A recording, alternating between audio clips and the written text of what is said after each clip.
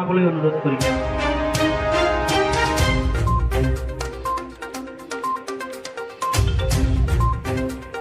আমাৰ মাজত উপস্থিত হোৱা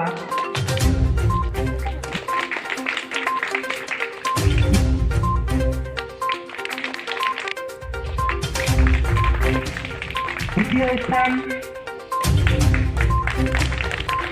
পুৰস্কাৰ 188 নং आपका क्लास 10 তিনি বছৰ হৈছে 3 বছৰ প্ৰতিষ্ঠা দিৱসত আহি মই এটা এনেকুৱা ধুনীয়া পৰিৱেশ চাইছোঁ যে মোৰ লাগিছে এইটো বহুত পুৰণা বিদ্যালয়।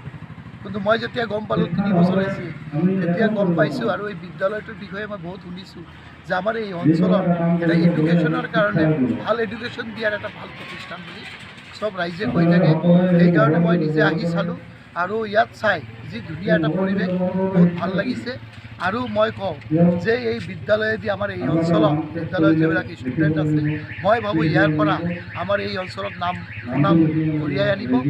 মোৰ এটা আশা আছে যে এই বিদ্যালয়ে যি এডুকেশ্যন প্ৰদান কৰি আছে যিটো আমি শুনা পাওঁ যে মই ভাবোঁ যে আমাৰ এই অঞ্চলৰ পৰা বহুত মানুহ লাভৱান হ'ব। আৰু এই বিদ্যালয়ৰ লগত মই ভাবিছোঁ নিজক জড়িত কৰি ৰাখিম, কাৰণ এডুকেশ্যনৰ ক্ষেত্ৰত আমি সদায় নিজক জড়িত কৰি ৰাখিব লাগে।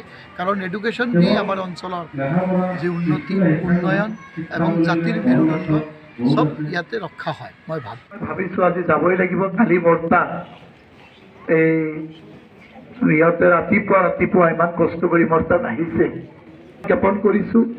আৰু আজি আমাৰ শিক্ষা অনুষ্ঠানবিলাকে আমাৰ জাগাৰ উন্নতি